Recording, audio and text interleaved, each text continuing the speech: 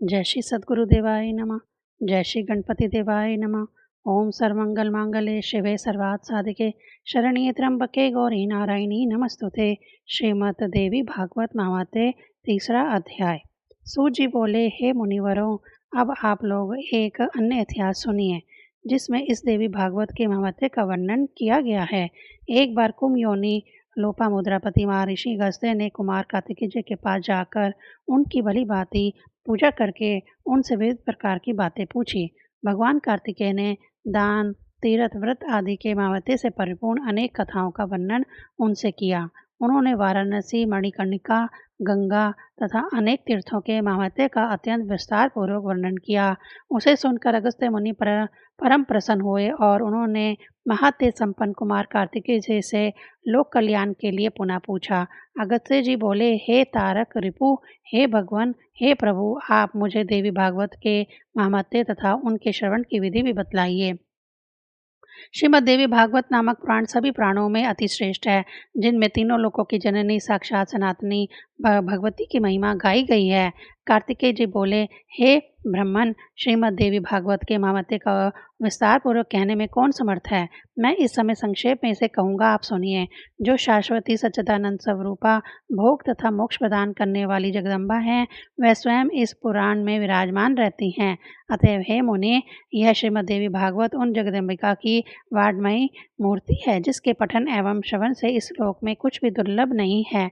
विवस्वान के एक पुत्र हुए जो श्राद्धदेव नाम से प्रसिद्ध थे। संतान रहित होने के कारण उन राजा श्राद्धदेव ने वशिष्ठ मुनि की अनुमति से पुत्रेष्ठी यज्ञ किया। तत्पश्चात मुनि श्राद्धदेव की भार्या श्रद्धा ने यज्ञ के हाता से प्रार्थना की, हे ब्राह्मण, आप कोई ऐसा उपाय करें जिससे मुझे कन्या की प्राप्ति हो। अतः होताते ने मन में कन्या प्राप्ति का संकल्प करते हुए आहुति डाली और उसके विपरीत भाव के फलस्वरूप एक कन्या उत्पन्न हुई, जिसका नाम इला रखा गया। उसके बाद पुत्री को देखकर उदास मन वाले राजा श्राद्धदेव ने गुरु वशिष्ठ से कहा, हे प्रभु, पुत्र प्राप्ति के आपके संकल्प के विपरीत ये कन्या कैसे उत्पन्न हो गई। यह सुनकर महर्षि वशिष्ठ ने ध्यान लगाया। इसमें होता का व्यतिक्रम जानकर वह इला को पुत्र बनाने की कामना से ईश्वर की शरण में गए। मुनि के तप प्रभाव और भगवान की कृपा से सभी लोगों ने देखते देखते इला कन्या से पुरुष रूप में परिवर्तित हो गई। इसके बाद गुरु वशिष्ठ ने पूर्ण रूप से संस्कार करके उसका नाम सुगमन रखा। वे मनुपुत्र सुगमन सभी नदियों के निधान भूत सागर की भांति सभी विद्याओं के निधान हो गए। कुछ समय बीतने पर सुगमन युवा हुए और एक दिन सिंधु देशी घोड़े पर चढ़कर वे अखेट के लिए वन में गए। अपने सहचरों के साथ वह कुमार सुगमन एक वन से दूसरे वन में जाते हुए भटकते रहे और फिर संयोग से वह हिमालय की तलहटी के उस वन में पहुंच गए जहां किसी समय देवादिदेव भगवान शंकर अपनी भार्या अपर्णा के साथ आनंदपूर्ण मुद्रा में रमण कर रहे थे। उसी समय भगवान शंकर के दर्शन की अभिलाषा से मुनिगण वहां आ गए और उन्हें देखकर पार्वती जी लज्जित हो गई। तब शिव एवं पार्वती को रमण करते देखकर उत्तम व्रत धारण करने वाले वे मुनिगण वहां से लौटकर वैकुंठ धाम की ओर चल दिए। तदनंतर अपनी प्रेतमा को प्रसन्न करने के लिए भगवान ने उस अरण्य को शाप दे दिया कि आज से जो भी पुरुष यहाँ प्रवेश करेगा वह स्त्री हो जाएगा। तभी से पुरुषों ने उस वन में जाना त्याग दिया था और संयोगवश वहां पहुंचते ही सुगमन एक लवणमयी स्त्री के रूप में परिवर्तित हो गए। अपने सभी अनुचरों को पुरुष से स्त्री तथा घोड़ों को घोड़ियों के रूप में रूपांतरित हुआ देखकर सुगमन आश्चर्यचकित हो गए। अब वह रूपवती तरुणी वन वन में विचरण करने लगी। एक बार वह बुद्ध के आश्रम के समीप पहुंची। स्थूल तथा उन्नत स्तनों वाली, बिंब फल के समान लाल होठों वाली, कंदमूल के समान श्वेत दांतों वाली, सुंदर मुख तथा कमल के समान नैनों वाली उस सर्वांग सुंदरी तरुणी को देखकर कामदेव के बाणों से बंधे हुए अंगों वाले भगवान बुद्ध उस पर मोहित हो गए। वह सुंदर बाहों वाली युवती भी चंद्रपुत्र कुमार बुद्ध पर आसक्त हो गई और बुद्ध के साथ रमण करती हुई उसके आश्रम में रहने लगी। हे महर्षि अगस्त्य, कुछ समय बाद बुद्ध ने उस तरुणी से पूर्वा नामक पुत्र को उत्पन्न किया। इस प्रकार बुद्ध के आश्रम में रहते हुए कई वर्ष बीत जाने पर भी किसी समय उसे अपने पूर्व वृत्तांत का स्मरण हो आया और वह दुखित होकर आश्रम से चली गई।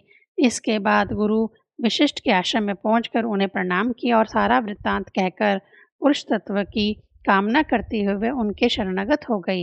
इस प्रकार सभी बातों को जानकर वशिष्ठ जी कैलाश पर्वत पर जाकर विधि विधान से भगवान शंकर की पूजा करके परम भक्ति से उनकी स्तुति करने लगे। वशिष्ठ जी बोले, शिव शंकर कपर्दी गिरिजा के अर्धांग एवं चंद्रमौलिका को बार बार नमस्कार है। मृडन सुखदाता कैलाशवासी नीलकंठ भक्तों को भोग तथा मोक्ष प्रदान करने वाले आपको नमस्कार है। शिव स्वरूप शरणागत भयहारी वृषभ वाहन शरणादाता परमात्मा को नमस्कार है। सृजन पालक पालन तथा संहार के समय ब्रह्मा विष्णु तथा महेश रूपीधारी देवादिदेव वरदायक तथा त्रिपुरारी को मेरा नमस्कार है। यज्ञ रूप तथा याजकों के फलदाता को बार बार नमस्कार है। आप गंगाधर सूर्य चंद्र अग्नि स्वरूप त्रिनेत्र को मेरा नमस्कार है। इस प्रकार मुनि विशिष्ट के द्वारा स्तुति किए जाने पर करोड़ों सूर्य सदृश प्रभा से युक्त एवं भगवती पार्वती के साथ नंदी पर आरूढ़ वे जगतपति भगवान शंकर प्रकट हो गए।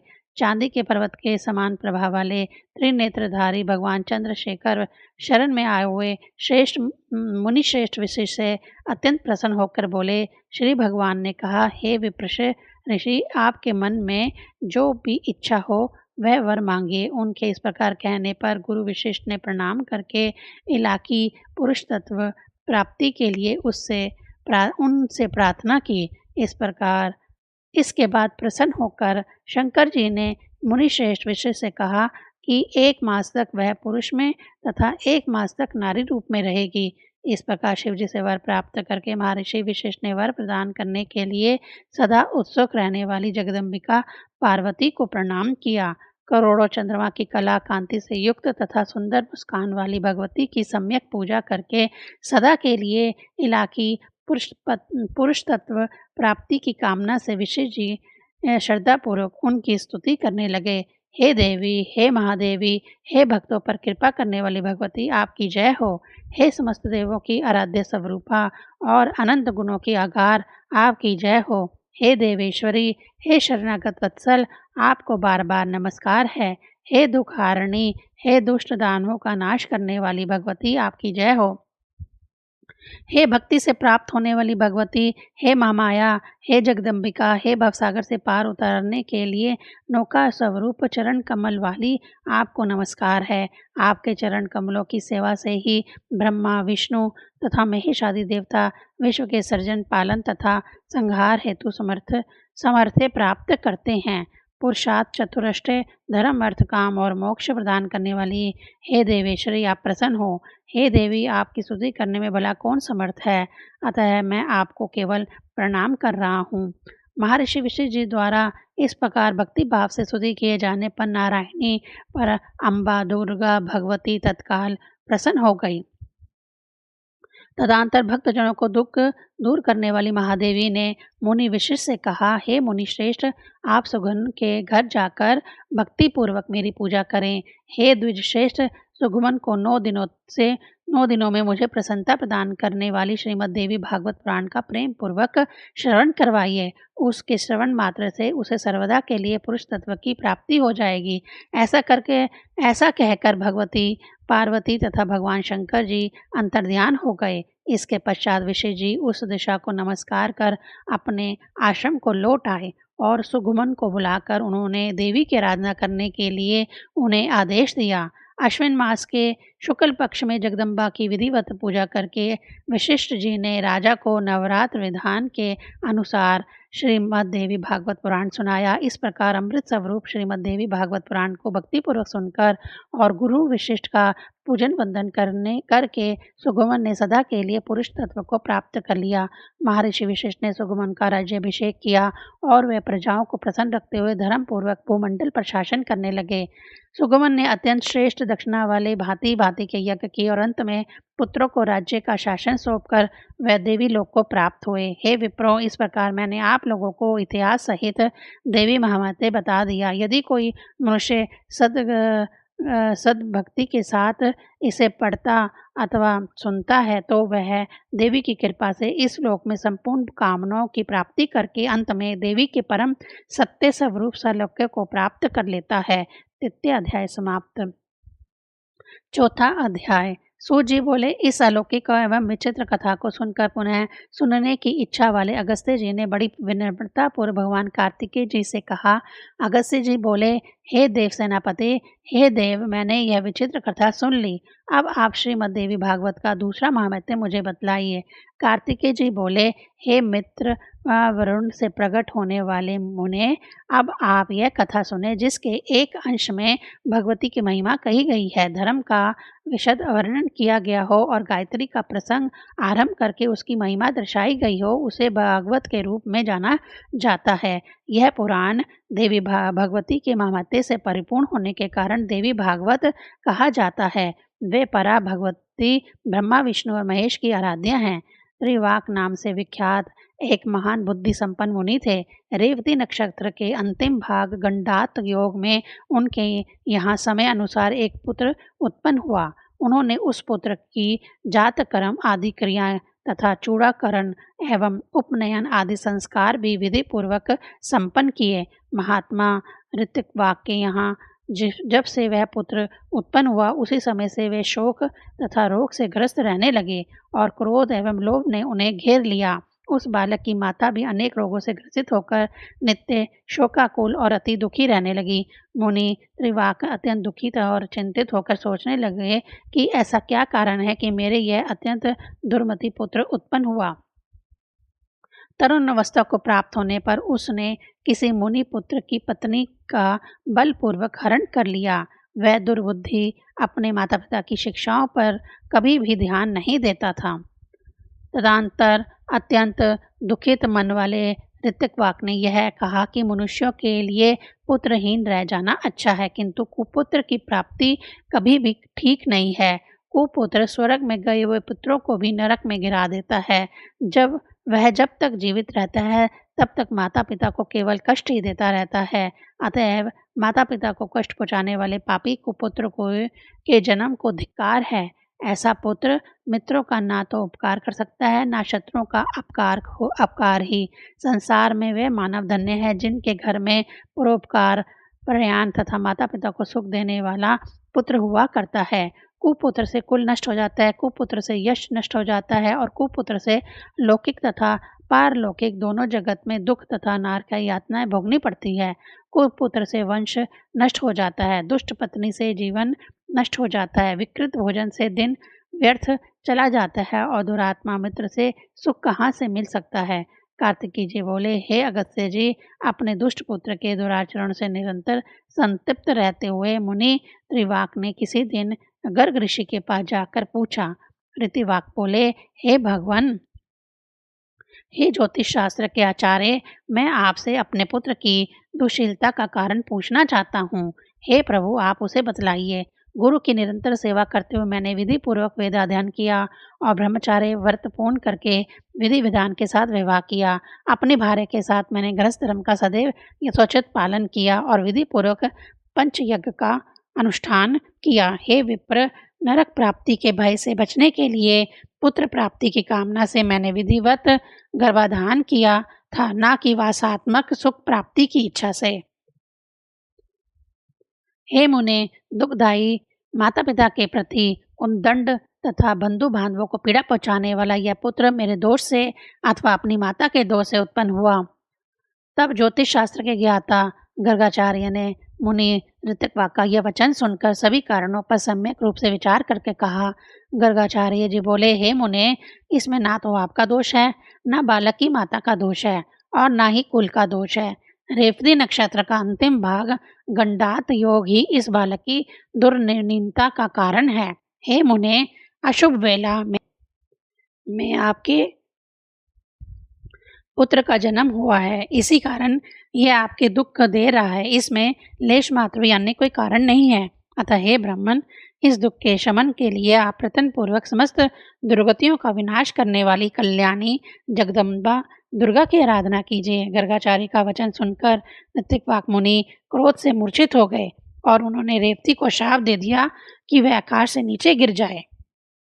ऋत्विकवाक के शाप देता हुआ चमकता हुआ रेवती नक्षत्र सभी लोगों के देखते देखते आकाश से कुमुद पर्वत पर जा गिरा। वह कुमुद पर्वत रेवती के गिरने के कारण रेवतक नाम से प्रसिद्ध हुआ और उसी समय से वह अत्यंत रमणीय हो गया। रेवती को शाप देकर मुनि ऋत्विकवाक ने महर्षि गर्ग द्वारा बताए गए विधान के अनुसार देवी भगवती की सम्यक आराधना कर सुख और सौभाग्य प्राप्त किया। कार्तिकेय जी बोले, हे अगस्त्य जी, उस रेवती नक्षत्र के महान तेज से एक कन्या उत्पन्न हुई जो अनुपम रूपवती होने के कारण लोक में दूसरी लक्ष्मी की भांति प्रतीत हो रही थी। रेवती नक्षत्र की कांति से प्रबुद्धूत उस कन्या को देखकर मुनि प्रमुंच ने प्रसन्न होकर उसका नाम रेवती यह नाम रख दिया। तदंतर ब्रह्म ऋषि प्रमुच उसे कुमुदाचल पर स्थित अपने आश्रम में ले आए और पुत्री की भांति उसका धर्म पूर्वक पालन पोषण करने लगे। समय पाकर यौवन को प्राप्त उस रूपवती कन्या को देखकर मुनि ने विचार किया कि इस कन्या के योग्य वर कौन होगा। बहुत अन्वेषण के बाद जब मुनि को उसके योग्य कोई वर नहीं मिला, तब वह अग्निशाला में प्रवेश करके अग्निदेव की स्तुति करने लगे। प्रमुंच ऋषि के स्तुति गान से प्रसन्न होकर अग्निदेव ने कन्या के योग्य वर का संकेत करते हुए कहा, हे मुने, इस कन्या के पति धर्म प्रयाण बलशाली वीर प्रिय भाषण करने वाले और अपरिजय राजा दुर्दम होंगे। तब अग्निदेव ने इस वचन को सुनकर मुनि अत्यंत प्रसन्न हुए। संयोग से उसी समय आखेट के बहाने दुर्दम नामक प्रतिभाशाली राजा मुनि मुंच के आश्रम में आ गए। बलवान तथा अप्रतिम ओज से संपन्न वे प्रिय व्रत के वंशज राजा दुर्दम विक्रमशील के पुत्र थे और कालंदी के गर्भ से उत्पन्न हुए थे। मुनि के आश्रम में प्रवेश कर और उन्हें वहां ना देखकर राजा दुर्दम ने रेवती को प्रिय इस शब्द से संबोधित करके बोला। राजा बोले, हे प्रिय, महर्षि भगवान प्रमुच इस आश्रम से कहाँ गए हुए हैं? हे कल्याणी, मुझे सच सच बतलाओ, मैं उनके चरणों का दर्शन करना चाहता हूँ। कन्या बोली, हे महाराज, मामुनि अग्निशाला में गए हुए हैं। राजा भी यह वचन सुनकर शीघ्रतापूर्वक आश्रम से बाहर निकल आए। इसके बाद प्रमुच मुनि ने राज लक्षण संपन्न एवं विनय विनत राजा दुर्दम को अग्निशाला के द्वार पर स्थित देखा। मुनि को देखकर राजा ने प्रणाम किया और तदंतर मुनि प्रमुच ने शिष्य से कहा, हे गौतम, ये राजा अर्घ्य पाने के योग्य है, अतः शीघ्र ही इनके लिए अर्घ्य ले आओ। बहुत दिनों के बाद ये पधारे हुए हैं और विशेष रूप से ये हमारे जमाता हैं। ऐसा कहकर मुनि ने राजा को अर्घ्य प्रदान किया और राजा ने भी विचार करते हुए उसे ग्रहण किया। तत्पश्चात राजा के अर्घ्य ग्रहण करने के आसन पर बैठ जाने के उपरांत मुनि प्रमुच ने उन्हें आशीर्वादों से अभिनंदित करके उनका कुशल क्षेम पूछा। हे राजन, आप स्वस्थ तो हैं? आपकी सेना, कोश, बंधु बांधव, सेवकगण, सचिव, नगर, देश आदि की सर्वविधि कुशलता तो है? हे नारेश, आपकी भार्या तो यही विद्यमान है और वह सकुशल है, अतः मैं उसकी कुशलता नहीं पूछूंगा। आप अपनी अन्य स्त्रियों की कुशल क्षेम बतलाइए। राजा बोले, हे भगवान, आपके कृपा प्रभाव से मेरी सर्वविधि कुशलता है। हे ब्राह्मण, अब आप मेरी यह जिज्ञासा है कि मेरी कौन सी भार्या यहाँ है? ऋषि बोले, हे पृथ्वीपते, संसार में अप्रतिम लवण्य से संपन्न रेवती नामक आपकी पत्नी यहाँ ही रहती है। क्या आप उसे नहीं जानते? राजा बोले, हे प्रभु, सुभद्रा आदि मेरी पत्नियां तो घर पर ही हैं। हे भगवान, मैं तो केवल उन्हें ही जानता हूँ, मैं रेवती को तो नहीं जानता।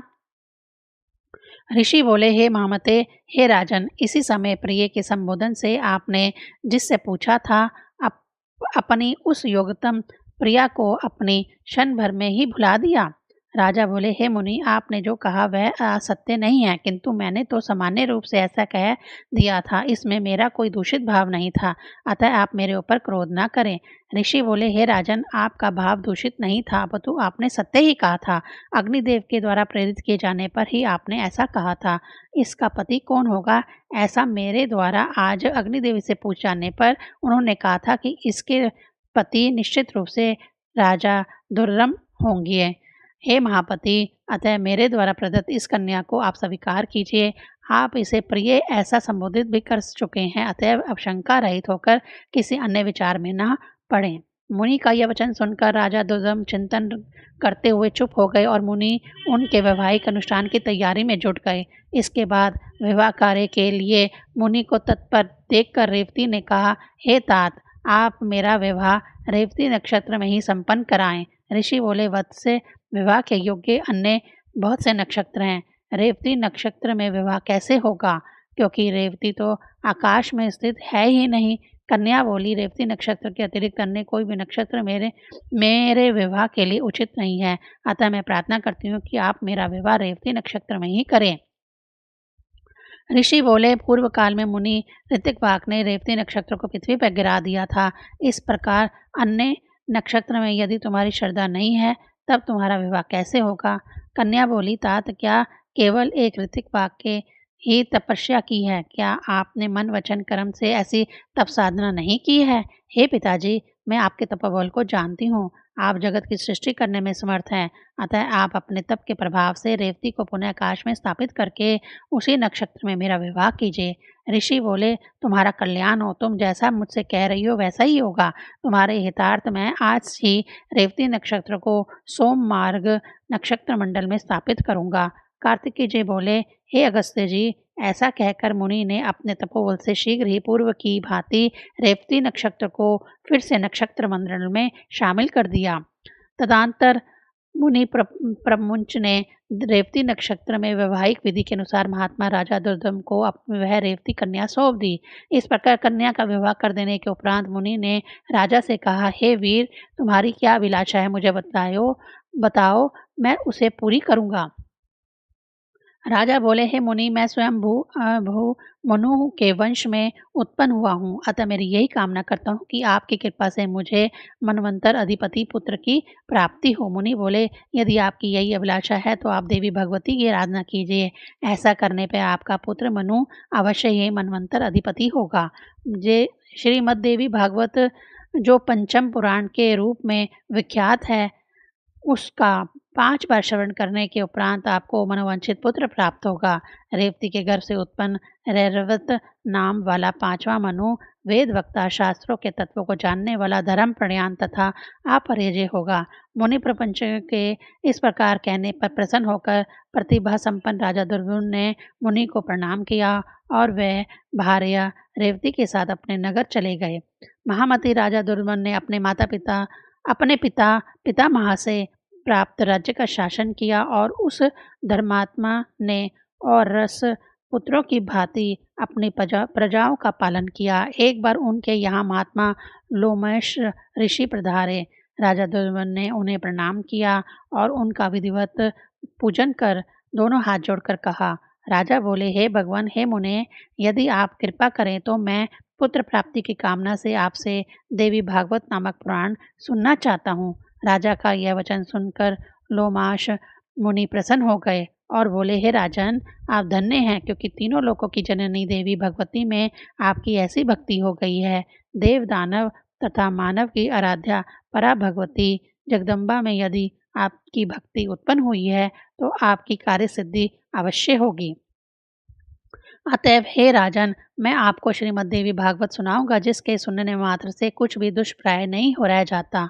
हे ब्राह्मण, ऐसा कहकर मुनि ने किसी शुभ दिन में कथा का आरंभ किया। अपनी पत्नी के साथ राजा ने 5 बार श्रीमद देवी भागवत पुराण का विधिवत श्रवण किया। कथा समाप्ति के दिन धर्मनिष्ठ राजा धर्मवर्मन ने अत्यंत प्रसन्नता पूर्वक श्रीमद देवी भागवत पुराण तथा लोमाश मुनि की पूजा की। राजा ने निर्वाण मंत्र से हवन करके कुमारी कन्याओं को भोजन कराया और सपत्नीक ब्राह्मणों को प्रभुत दक्षिणा दान द्वारा संतुष्ट किया। कुछ समय बीत जाने पर भगवती की कृपा से उस रानी रेवती ने लोक कल्याणकारी गर्भ धारण किया। इसके बाद जब समस्त ग्रह नक्षत्र अपने अपने अनुकूल स्थानों पर थे और सभी मांगलिक कृत्य संपन्न हो गए थे, ऐसे शुभ समय में रेवती ने पुत्र को जन्म दिया। पुत्र के जन्म का समाचार सुनकर राजा दुर्दम अत्यंत प्रसन्न हुए और उन्होंने स्नान करके स्वर्ण कलश के जल से पुत्र का जातक कर्म आदि संस्कार संपन्न किया। तदनंतर राजा ने विधि पूर्वक दान देकर ब्राह्मणों को संतुष्ट किया। समय पर पुत्र का उपनयन संस्कार करके राजा ने अपने पुत्र को अंगों सहित वेदों का अध्ययन कराया। इस प्रकार राजा का वह रेवत नामक तेजस्वी पुत्र समग्र विद्याओं का निधान, धर्म प्रयाण, अस्त्र विशारद में श्रेष्ठ, धर्म का वक्ता तथा धर्म का पालन करता हो गया। इसके बाद ब्रह्मा जी ने रेवत को मनु के पद पर नियुक्त किया और वे श्रीमान मनवंतर अधिपति के रूप में धर्म पूर्वक पृथ्वी पर शासन करने लगे। इस प्रकार मैंने देवी भागवती के इस प्रभाव का संक्षिप्त रूप से वर्णन किया है। इस श्रीमद् देवी भागवत पुराण के महत्व का विस्तार पूर्वक वर्णन करने में कौन समर्थ है। सूत जी बोले, हे ब्राह्मणों, इस प्रकार श्रीमद् देवी भागवत का महत्व तथा उसकी विधि सुनकर और कुमार कार्तिकेय का पूजा करके अगस्त्य जी अपने आश्रम चले आए। हे विप्रों, मैंने आप लोगों के समक्ष श्रीमद् देवी भागवत का यह महत्व कह दिया। जो मनुष्य श्रद्धापूर्वक इसका श्रवण तथा पाठ करता है, वह इस लोक में संपूर्ण भोगों को सुख प्राप्त करके अंत में मोक्ष प्राप्त करता है। चौथा अध्याय समाप्त।